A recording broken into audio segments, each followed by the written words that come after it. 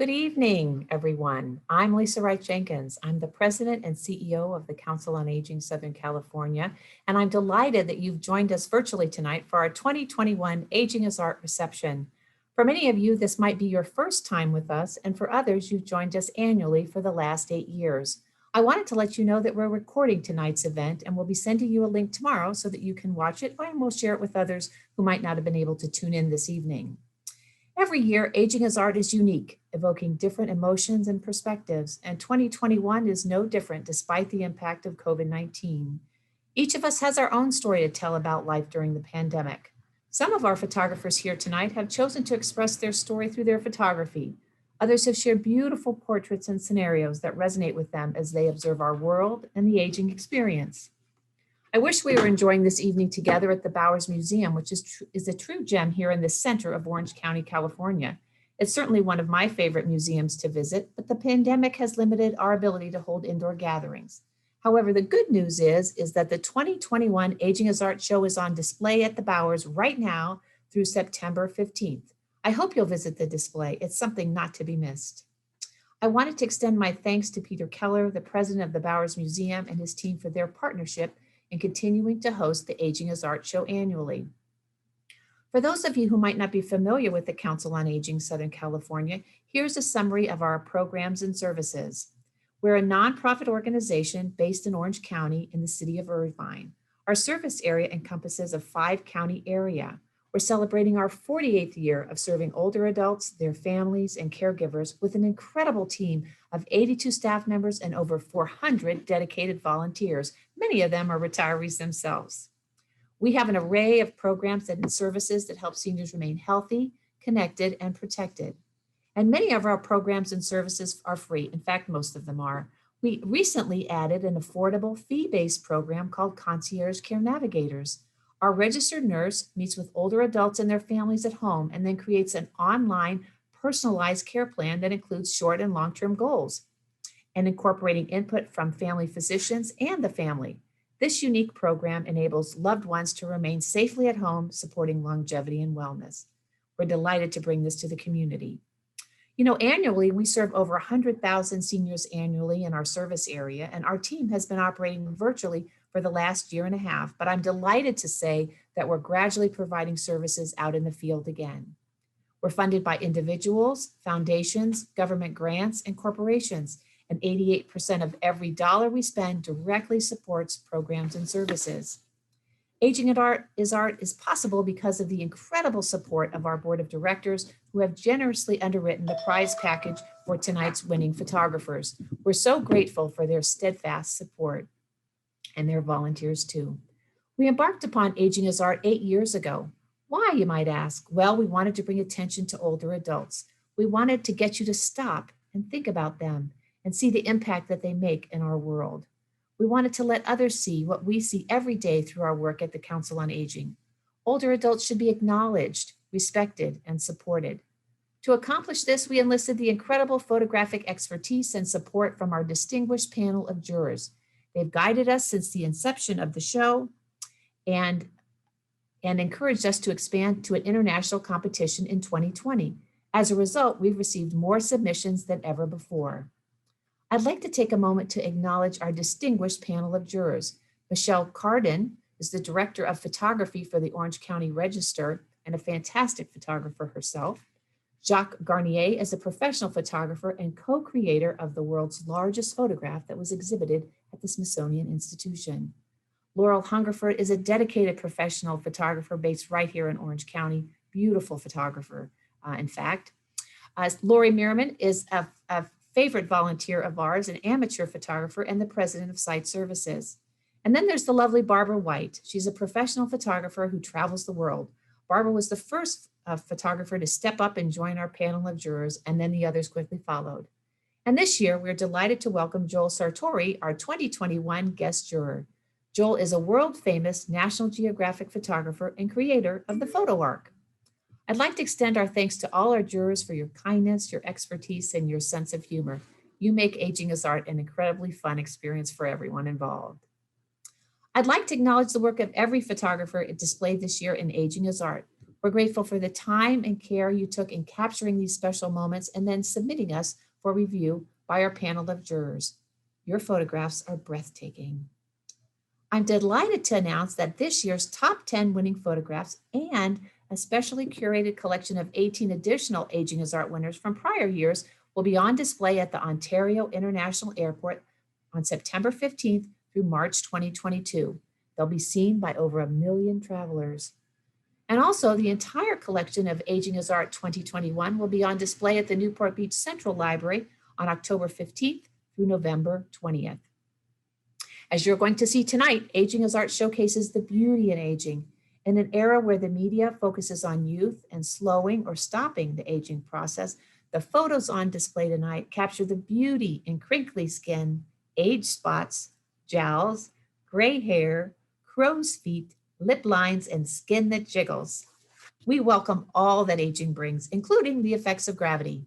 Every wrinkle and every jiggle are welcome here. Today, with digital photography, everyone can be a photographer. Millions of photographs are uploaded every minute, and correspondingly, everyone can be a subject.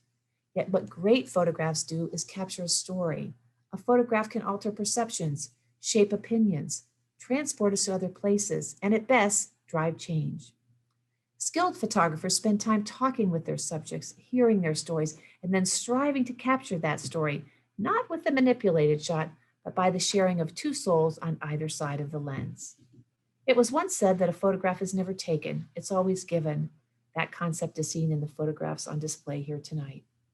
We're so proud that again this year, Aging as Art not only captures the beauty in aging, but the dignity, the joy, and the sometimes difficult realities of aging. This evening, we have a unique opportunity to meet some of the winning photographers and hear their stories about their work. So let's get started. Let's get on to recognizing the winners of Aging as Art 2021. I'll begin with the professional category. The winner for first place in the professional category is Tuli Dosios for this beautiful photograph called Swimmers. Tuli, we're delighted you're with us here tonight. Can you tell us about this photograph? Sure. Hi, Lisa. Thank you very much. I would like to thank everyone on the Council on Aging for the important work that you do and for bringing together this photographic show. You've put together such a stellar group of images that I feel like paint such a rich and beautiful and complex portrait of what aging looks and feels like. And I'm so honored to be part of this. And I'm grateful for your recognition and for your support. So a little bit about the image. I made this image in Greece, which is the place I still call home, even though I've lived for the last many years in Los Angeles. I'm a street photographer, but I also have a long-term personal project of photographing intimate moments of my family life. And for me, this image kind of brings together both of these two photographic worlds that I inhabit in my two different processes. I made the picture on the island of Crete, in what is my favorite beach. This beach is a place that brings a lot of comfort and contemplation and soul nourishment for me personally. And I traveled with my family and we went to this beach every day. And every single day, I would see this couple showing up, arriving at the beach. And this is not an easy beach to get to. It's quite remote and it involves a hike through some rough terrain. And despite of that, this couple made the trek every single day with their swimming gear in tow. And they were not there to have a leisurely day on the sand. They were there to swim. They were swimmers. And that's what they did. And I was so enamored by them. And I remember thinking to myself, you know, if I'm lucky to make it to their age, I want to be just like them. What moved me very much was their silent companionship. You know, it was very quiet. They almost did not talk to each other, but they communicated silently with each other. I admired their strength, their physical strength and their mental strength. And I was in awe of the beauty of their bodies, which are so beautifully sculpted by the passage of time. And even though I saw them there for quite a few days in a row, I did not dare make a picture. I would just observe them. And then one day I noticed this man who was wrangling the baby. And when the couple exited the water, I noticed that the man was also looking at them. And somehow, you know, I kind of connected with him. It was almost as if he was reading my thoughts and feelings. So for me, that completed the image and told the story that I was trying to tell. So yeah, that's it. Thank you. Well, that's a beautiful story. So these folks are regularly every day taking this trek. She's carrying her swim fins and they're coming down and swimming in the ocean at their age. That's really impressive. Oh my goodness. Gee, that's incredible. And obviously very dedicated and very fit for their age. It's wonderful. That's what keeps us all young. So that's fantastic. If we could all be like them. Exactly. It looks like the gentleman and his son are both in awe of this couple. It's quite nice. You've really captured a great moment there. So thank you so much, Julie. I really appreciate it. Thank you. All right, let's move on to second place. We have a special guest here, Manabu Komori, and his photograph is entitled 100 Years of Aiming. And Manabu has a total of 4 photographs in this year's show, and all of his subjects are over 100 years old, as I understand. And Manabu has joined us from Japan this evening, and he has a special translator who's here with us. So welcome. We'd love to hear about this photograph, Manabu. 皆さん、こんにちは。はじめまして。Hi, hello everyone. この度は素晴らしい賞をいただきありがとうございます。I'm very pleased to be here today. Manabu, you're welcome to turn on your camera if you'd like. 小森さん、カメラをオンにしてください。ごめんなさい。I'm sorry. There you are. Hello. Hello. いいですか、じゃあ。どうぞ。そのまま。じゃあ、ごめんなさい。一番初めからいいですか。どうぞ。皆さん、こんにちは。はじめまして。Hi, hello everyone again. この度は素晴らしい賞をいただきありがとうございます。I'm very pleased to be here today. 審査員の皆様とこのような素晴らしいコンテストを開催されている関係者の皆様に感謝を申し上げます。My appreciation goes to all judges and everyone who has involved into making this event happen. また、モデルである野呂健吉さん、そしてこのコンテストへの挑戦を支えてくれた本日の通訳である山中みどりさんへ感謝を申し上げます。I would thank you to the model in the picture, Kenkichi Noro, and Midori, who has been supporting my challenge as well as helping me as a translator today. モデルになっている野呂健吉さんは1918年生まれで、撮影当時は100歳でした。Mr. Noro, who is in this picture, was born in 1918. When I took this picture, he was just 100 years old. 彼は若き頃より第二次世界大戦中を含め10年を軍人生活を送りました。He had served to Japanese military for 10 years when the World War II ended. 懸命に生き抜いた戦争の後に心の支えになったのは幼い頃から始めた弓道だったそうです。After going through the chaotic war era, what has been supporting him mentally is Kyudo, the Japanese archery that he had started when he was a kid. 日本の弓道は狩猟の道具ではなく、肉体とともに精神性を磨くものです。皆さんも武士道や禅という言葉を聞いたことがあるかもしれません。In Japan, Kyudo, the Japanese archery, is not for hunting, but more for meditation and mental training. Some of you might have heard of Bushido or Zen. They are all related. 野呂さんが命があることを思えば、常に平常な心で弓を引くことができると語っていたことが強く印象に残っております。Mr. Noro told me that when he felt his life is in his own hands, he could aim the target peacefully. これらの作品においては、生きることへの尊さを追いかけてきました。それが今回、言葉や文化を乗り越えて評価されたことを大変嬉しく思っております。In this series of my work, I've been challenged to picture a dignity of life. So I'm very honored being selected beyond the cultural differences. 同時に、渡航や交流の難しい厳しい時代だからこそ、共通の思いでつながることへの希望を感じた受賞でした。重ねて感謝を申し上げます。Additionally, under the pandemic, it is now very difficult to meet and exchange our cultures. But this hour has proven that we can still be connected and share empathy. Thank you so much. Thank you very much, Manabu. I really appreciate this, what you've shared with us through this image and the other ones that you've submitted for the show. So tell us a little bit about this form of archery. Are there specific bows and arrows that are used for this type of archery? シェアしてくださってありがとうございます。すべてのね、今お話ししてくれたこと、非常に興味深く聞いていました。この使っている弓や矢というのは、何かこう特別なものなんでしょうか。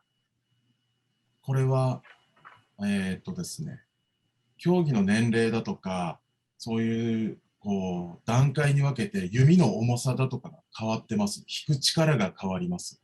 で、野呂さんはもっともっと重い弓を引くことができるんですけれども、やはり100歳ということもあって、若い子たちが引くような軽いものを引いてらっしゃいます。でも集中力は若い頃と変わらないとおっしゃってました。Well, all the equipment they use for Kyudo is really depends on your skill. So he's been trained, so he were able to use really heavy ones. However, because of his age, he chose to use the lighter one that usually more for younger people. However, his focus, the skill, the ability of focus to the target is still so high top. That's interesting. And I noticed that he's wearing a particular, I don't know if it's a uniform or a costume for this. Can you tell us about that? 野呂さんがお召しになっているもの、着ているものっていうのは何か特別なものなんでしょうか。これは弓道をする人たちのいわば正装というのか、これが柔道であれば柔道着、剣道であれば剣道着というような正式な衣装です。This is actually the formal wear that everyone who participate to the Kyudo wears. Some of you might know that for judo there is a dogi, the specific the uniform they wear for the competition. So something like that. I see. And is this a popular sport among older adults? これは高齢の方にこうよくポピュラーなスポーツなんでしょうか。これは高齢の方たちだけではなくて、もっともう本当に幅広い年齢層で、子供から本当にこのぐらいのもう100歳の方というのか高齢の方まで皆さんに親しまれている日本古来のスポーツですね。It's actually very popular among all different ages, from youth, like a very small child, to the elderly, including Noro, Mr. Noro. Oh, well, thank you so much for sharing this beautiful photograph with us, Manabu, and congratulations on winning second いい place. 写真を Well 共有して done. いただいてありがとうございました。Thank you very much. Thank you. Okay, so let's move on to third place. We have a beautiful photograph from Greg Vargas that's entitled A Prayer for Life. Greg, welcome. We'd love to hear from you and the story behind this photograph. Hi, unfortunately I can't start my video. It says that it's unable to start, so I'll just give you We'll see if we can fix that for you. Okay.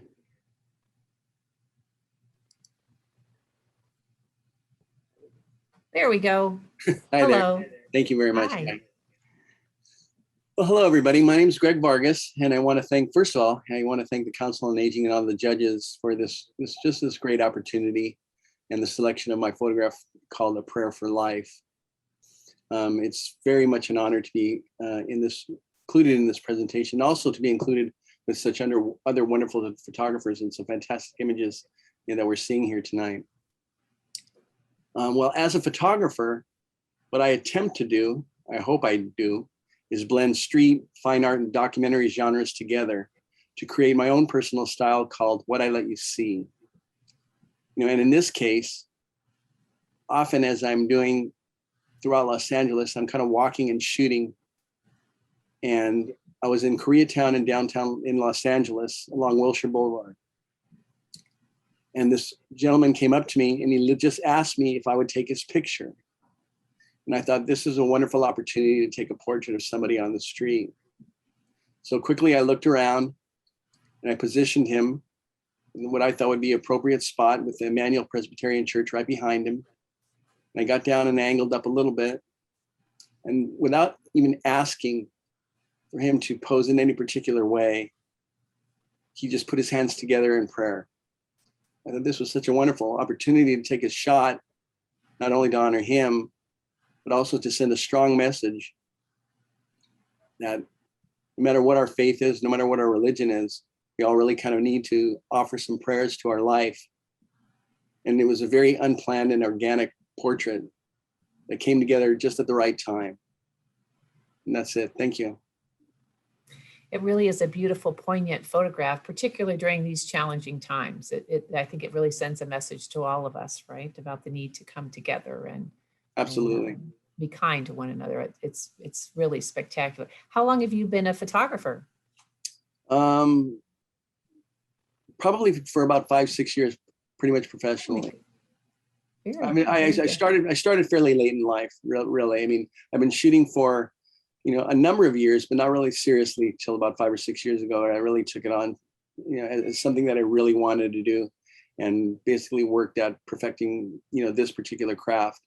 And I shoot a lot. I shoot in a number of different other ways too, but primarily I like to be out on the street walking around. It's just, I feel very comfortable out there trying to take, these more, candid shots of people and portraits and places and things that I see.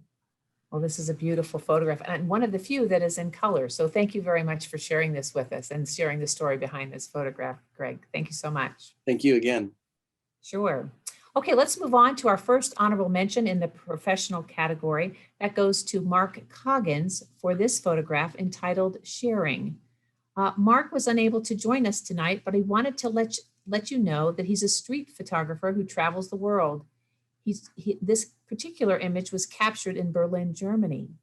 He has 2 photographs in this year's exhibit, and he has participated since 2019 when he won an honorable mention then. So let's take a moment to envision what's happening in this touching photograph. Let's just pause for a second and reflect.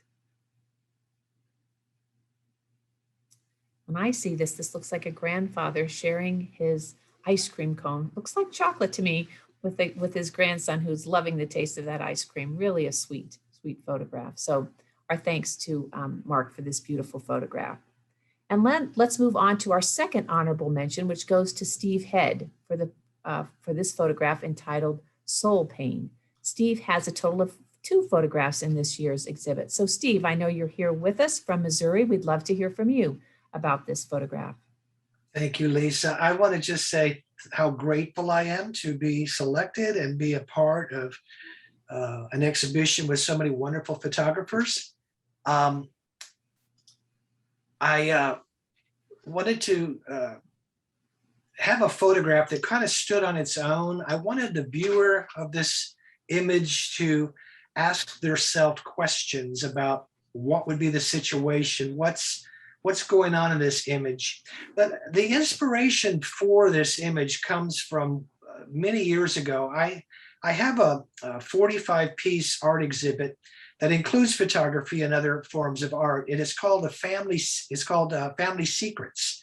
You can Google that, it's out there. But this exhibit is one that takes on topics that are very difficult to talk about sometimes or to deal with.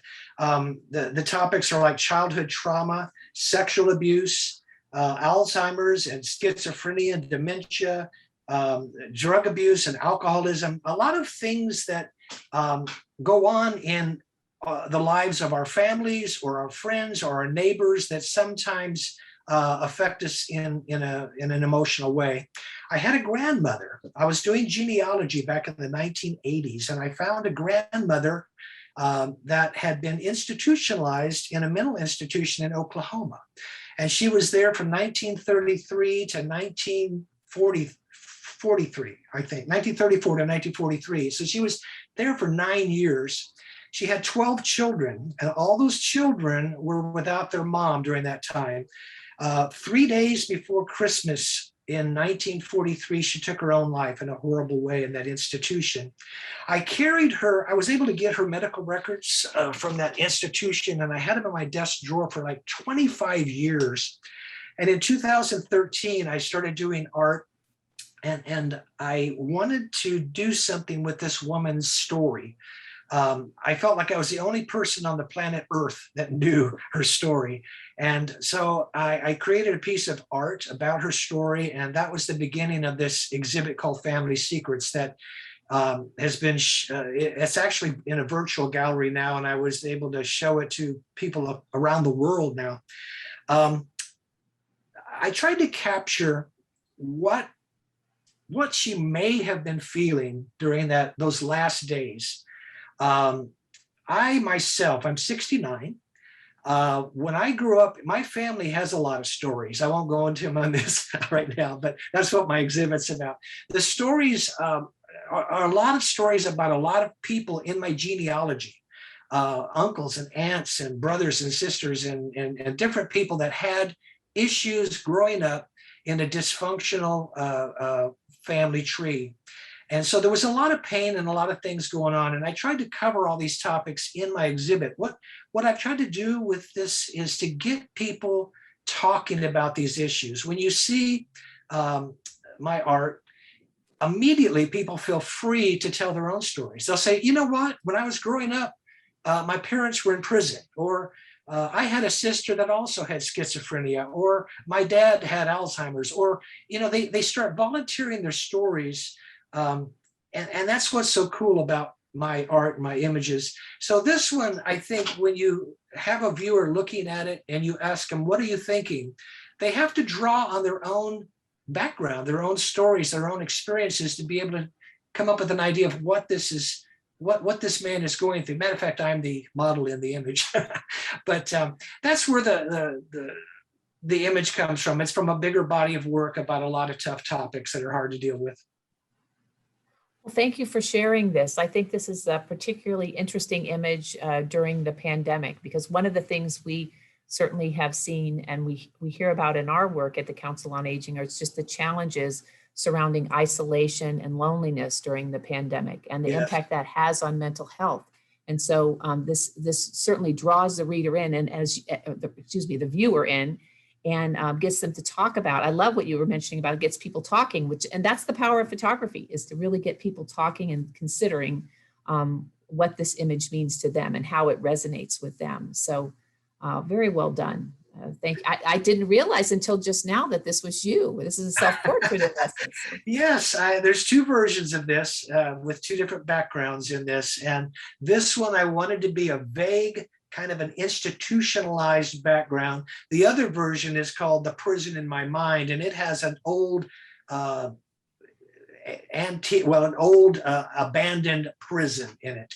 I like old abandoned buildings. A lot of my work uses old abandoned places, and there's something that I connect with those old historic places. So anyway, I just want people to look at this and maybe feel like there's something that they can relate to in their own story, and then verbalize it out loud.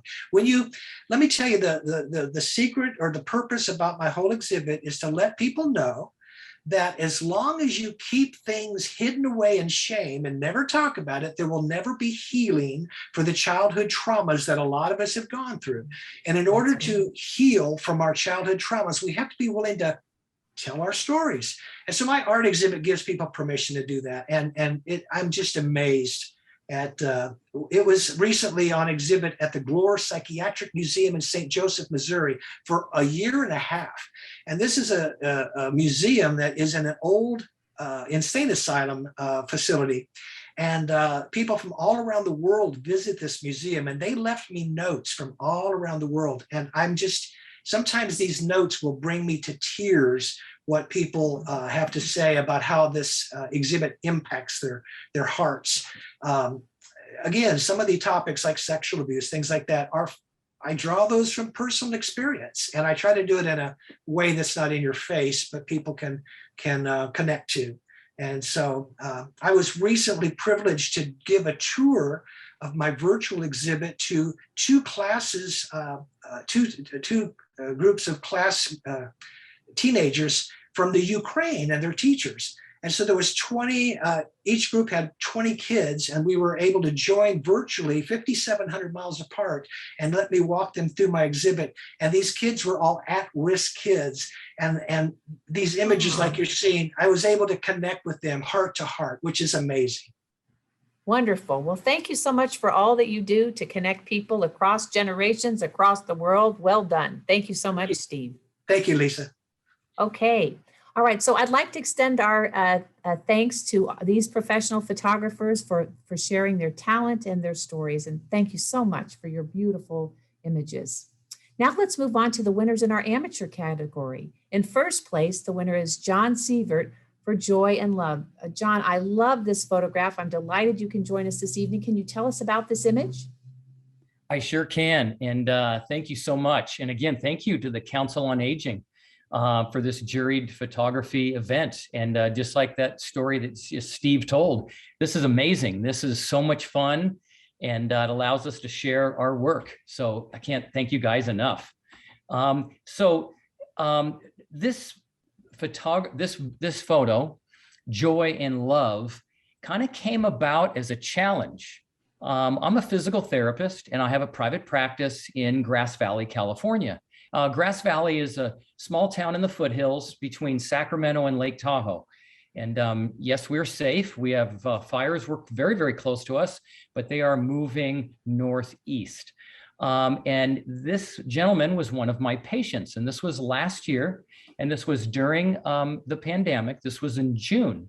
And I'm an outdoor nature photographer, astrophotographer, and I love the macro work of plants and insects, etc. Portrait photography? No, thank you. So our Nevada County Camera Club, every month we have a challenge, and the challenge is to do something creative and challenge yourself. And it was creative portraits. And I thought, oh, brother, well, I won't be entering anything there. So then this patient comes in, and he's kind of really upset. And he's telling me a little bit about his feeling quite depressed that he and his wife hadn't been able to see their kids, 3 kids, their grandkids, and they're isolated. And he said, the worst part is that's, God, you know, our 67th wedding anniversary is coming up in a few days. And he got really quiet and looked down, and he just, you know, in a tear, you know, and I was just like, oh. And I thought, boom, it hit me. I said, Dick, what do you say I come over and take a picture of you and Joy? Let's get some pictures. We can give them to the kids. And he just lit up like a Christmas tree. And I thought, oh, brother, here I go, just putting my foot in my mouth. So there I go. I quick study. I know enough about photography to get the bouquet in the background, do this. We went around the house. We took pictures for over an hour. It was after supper, and we were spending time, and I kept looking in my viewfinder like we all do. And I'm like, nope, nope, nope, that ain't it. Nope. An hour plus has gone by, and we're in the backyard, and I just, stepped to the side of my camera, and I had my remote, shutter, and I just said, you guys are great. Thanks so much. You know, you guys should just be proud of yourself of doing such a great job, raising a great family, and this, that, and the other thing. And Joy just put her head on his chest, and they both shut their eyes, and snap, I got it. Now then, that would be the end of the story until all of a sudden I submit it to my group, and I won the photo contest of the month, and then it won for the year as the best assigned subject. And the reason it did, and because I don't know portrait photography like people do, they said, you know, you never want to take a picture of a photograph of somebody with their eyes closed. Ah. Focus on eyes, birds, animals, humans. The thing that's in focus has to be the eyes. And if you looked at the other pictures, the eyes are in focus and the eyes are open. They said, but you had the eyes closed, and it created such emotion that it works. And that's what I heard. And people said this brought up more intense emotions and just that it then did that for me. And I sat there and cried looking at this after I heard the feedback, which was eye-opening. So the stories we tell with our photos, that's it. The picture doesn't mean anything until we tell the story. And this was just a blessing that landed in my lap. And I can't thank you enough for letting me share it.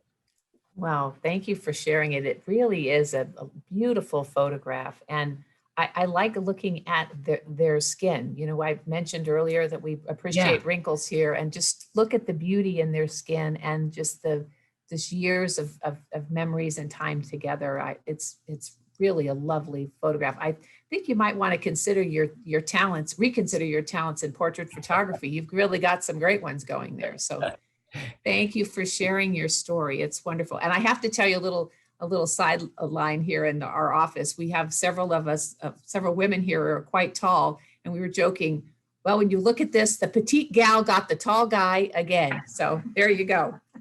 But anyway, moving on, we love your photograph. It's fantastic. So thank you for sharing. Thank you. Okay, moving on to second place in the amateur category is Angie Villalobos for Picking Up Where Papa Left Off. Angie has 2 photographs in this year's exhibit, and we'd love to hear from you, Angie, and to hear the story behind this moving photograph. Thank you, Lisa, and the Council for Aging and all the jurors. It really is an honor to be a part of such a meaningful program. I'd only heard about art and aging a couple of days before the deadline. I actually run a small nonprofit here in Orange County called Pacific Hospice and Palliative Care Foundation, and we offer a program called Portraits of Love, and in where we offer portrait sessions to hospice patients and their families. And so the chairman of my board, Arnetta Robinson, had been aware of the program, and she had contacted me, I think it was like 2 days before. And she said, Angie, I'd really love it if you'd submit some of our photographs. And because the deadline was just, 2 days away, I knew that I wasn't going to have time to contact the families and ask for permission. And I felt it was intrusive to submit them otherwise, even though I have photo releases and whatnot. And so what I decided to do is go through some photographs I had taken of my dad's end-of-life journey. And so my father, who can be seen in the background of this photograph, was on hospice a year and a half ago at the start of the pandemic. And we'd moved him into this board and care in February of 2020. And my father's life, really all of our lives were framed by his love for music, which was really only second to the love that he shared with my mom, who can be seen in that photograph. And so I had taken up residence in the board and care with him about 2 weeks prior to his death. And so I was there pretty much 24 hours a day, and my mom would come during the day, and the rest of our family would come as they could. And so this photograph was taken about a week before his death. My daughter had showed up with my grandchildren, and that's my grandson, Rowan, that can be seen in that picture. And he was 2, just going on 3 at the time. And normally Rowan is just a tornado. He's a tornado of anything, and especially at 2, as 2-year-olds are. So under normal circumstances, there is no way I would ever let him touch my dad's, $2,000 guitar. But quite honestly, I was exhausted, and I kind of set myself in the corner of this little corner of the room, and a lazy boy. And my daughter walked in, and he was kind of flitting about the room, and my granddaughter was there as well, but she's older and calmer. And I saw him approach my dad's guitar, which was sitting on the other side of the room, and he went up to it very carefully, which was very uncharacteristic of him. And he picked it up, and he just carefully carried it across the room and placed himself in front of me. And he looked at me and he said, I'm going to play music for Grandma, referring to my mom, his great grandma. And he just started very gently plucking the strings of the guitar. And it was really such a profound moment. It was as if he knew that these moments were sacred, just intuitively. And so I happened to have my phone next to me, so I just picked it up real quick and snapped a picture. And that's the story of this photograph. So thank you. Well, thank you for sharing that really touching story. It's amazing that you captured this with your phone. This is a beautiful photograph, and it was just in that moment, right? You were right there at the exact moment to capture it, and it's really a lovely image. And I I really think there's a message and a connection there between your grandson and his great grandfather and the love of music. If I can add to that real quickly, I didn't tell my family that I had submitted these photographs because quite honestly, I didn't think that anything would come of it. So after my photograph was selected, I let my family know and sent the picture to my mom and to my daughter and the rest of the family. And so my daughter actually shared it with my grandson, who's now 4. And his response was, I was singing Papa to Heaven. So I just thought that was really cute. Oh, so he remembered that moment then. He did. It's interesting. Yeah, they both are all of my grandkids are really connected to my dad and to my family. So yeah. Oh, well, I'm glad you were able to capture that moment. And thank you so much for sharing it with us. It's wonderful. Okay, moving on. We'd like to acknowledge our 3rd place amateur winner, which is Natalia Rodriguez, for this beautiful photo entitled Precious. Natalia has 4 photos in this year's exhibit, and she joined us for the first time last year in 2020. Natalia, glad you're here again, and we'd love to hear from you about this beautiful photograph. Thank you very much. I'm really honored to be part of this exhibit and this wonderful project to show the beauty of aging. And actually, I was going to talk about this image that it's on the crossroads of 2 of my photographic projects, A Show of Hands and Fora, Recycle, Reuse, Repurpose, Reinvent in Art and Life.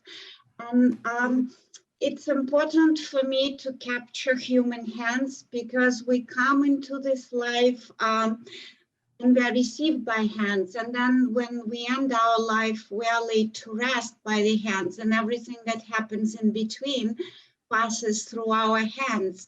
So it's kind of a universal symbol of action, but at the same time, each hand is unique and each hand shows the journey of a person that and depicts it in a very unique way. So these are the hands of a beautiful artist from New York City, Deborah Rappaport, and she is 75 and she works in recyclable art and fashion, and she creates wonderful objects of art out of things we normally discard. But that's what I was going to say in the beginning. Actually, there's a little bit more of a personal story that pertains to this image. First of all, this beautiful artist, Deborah, and I were roommates before COVID for 2 years. So I've been photographing her all along. But when COVID started, Deborah is 75 and her partner is 86. So it wasn't safe for them so that I would be around because I travel a lot and they had to self-isolate. So I had to move out and I lived in Maryland for a while, but I couldn't just stay in a rural area isolated. So I decided to continue with my project and I started coming back to New York, staying at an empty friend's place. I would test before the trip. I would spend 6 hours on a bus in a mask.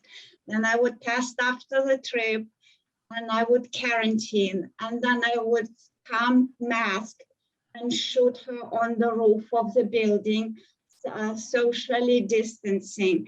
And this way I would continue doing the project. And then I would travel back the same way, testing 6 hours in a mask and testing upon arrival.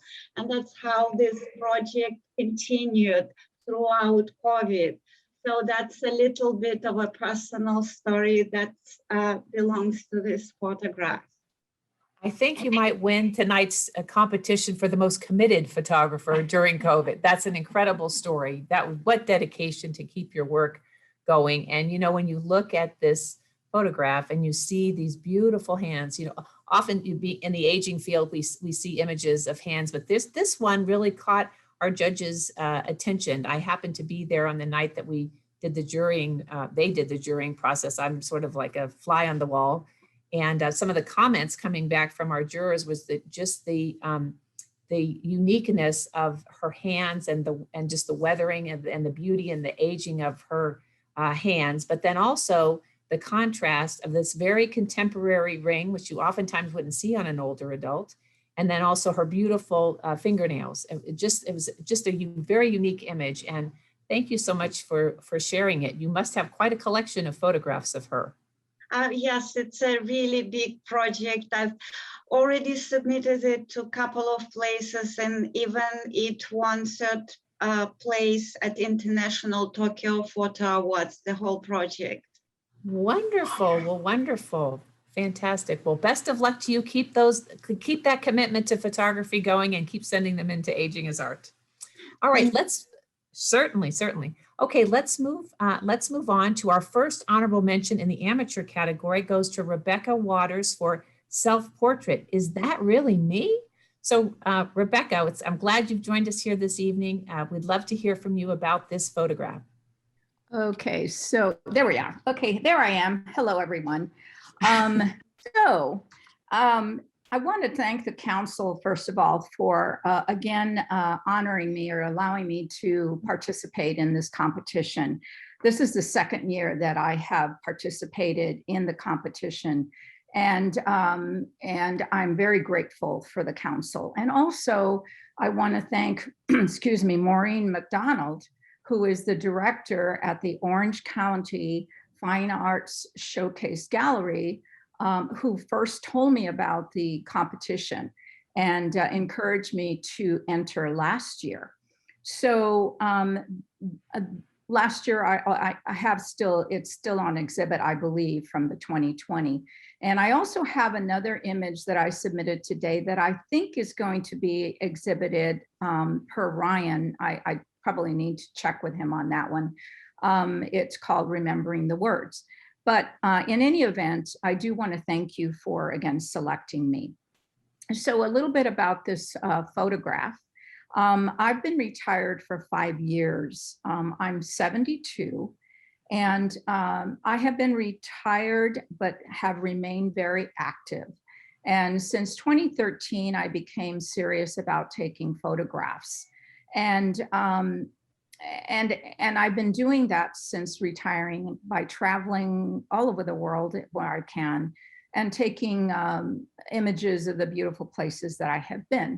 And mainly they're landscapes, street photography, but very rarely portraits. So I also have remained very physically active by hiking locally and also hiking in the places where I visit and for my photography. In Cuba, Portugal, and next year in Italy, and all over the Southwest. And it's funny because I feel more alive than ever because I have the freedom and the time to pursue what I love, which is my photography. So in spite of my vitality, I am reminded every morning that I am aging. This image, my self-portrait, is that really me? Is the reflection I see every morning. And it shocks me to see it. The lines, the jowls, the gray hair, is that really me? And yes, it is really me.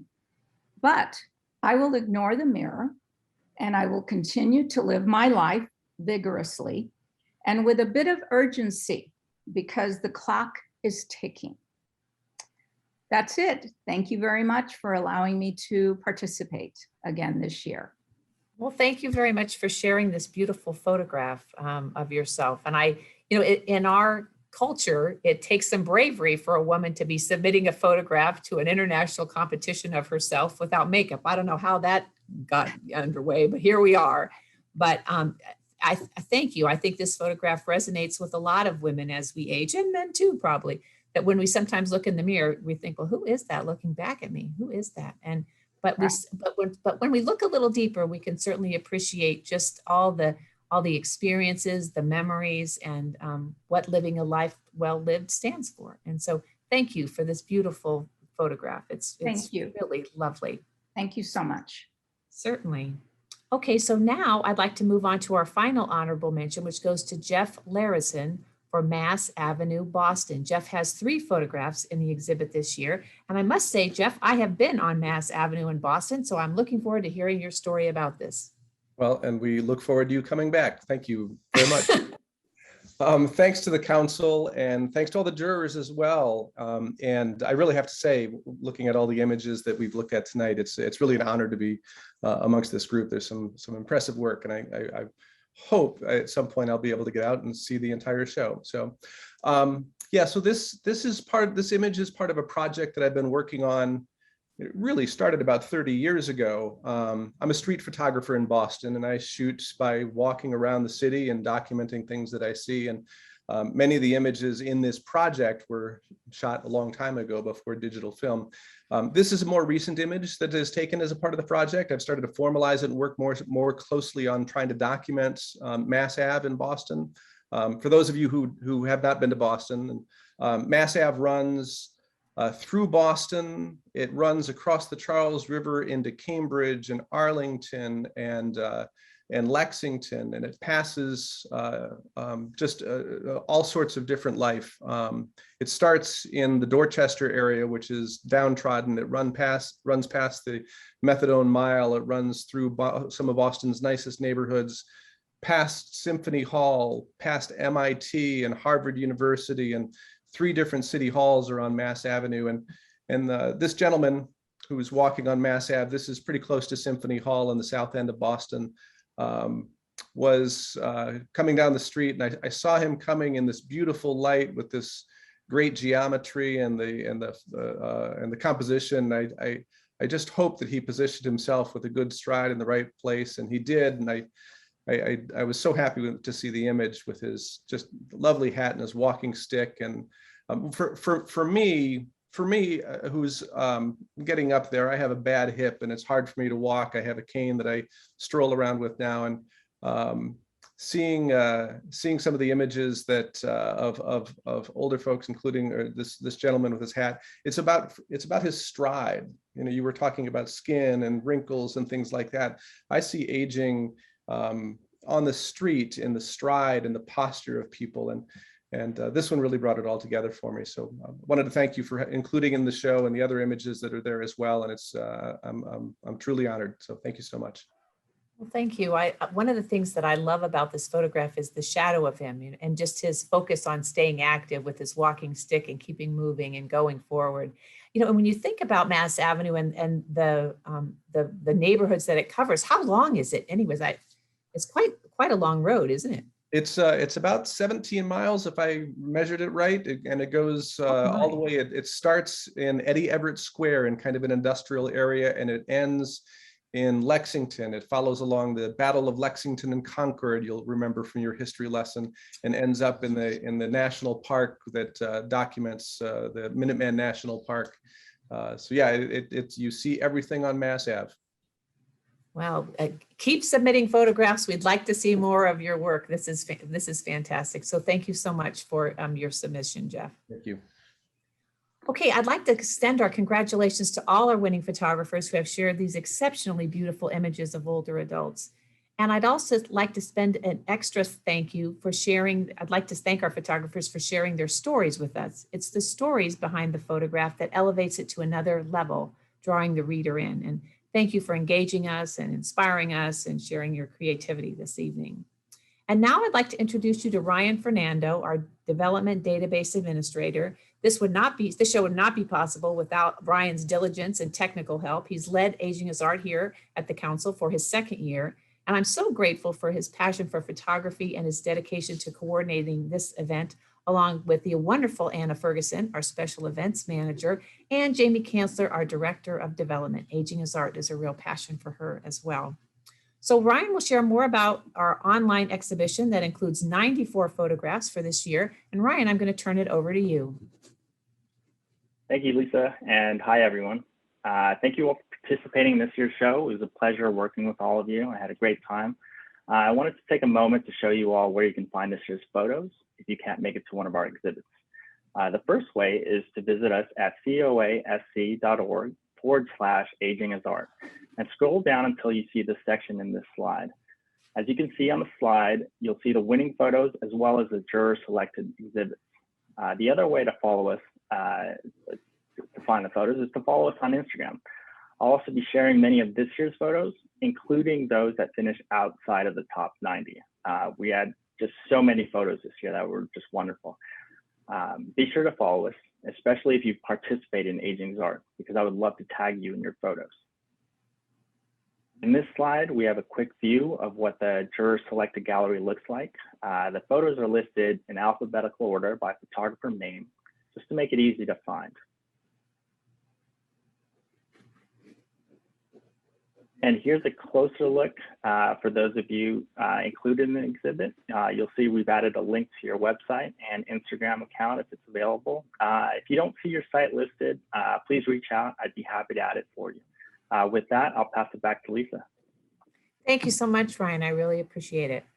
You know, here at the Council on Aging, we see the wonders of aging every day. We also see that aging should not be dreaded or denied, but rather it's an important part of life to be embraced. It's about adapting as we age, living longer and thriving longer. It's about engagement, enrichment, and joy.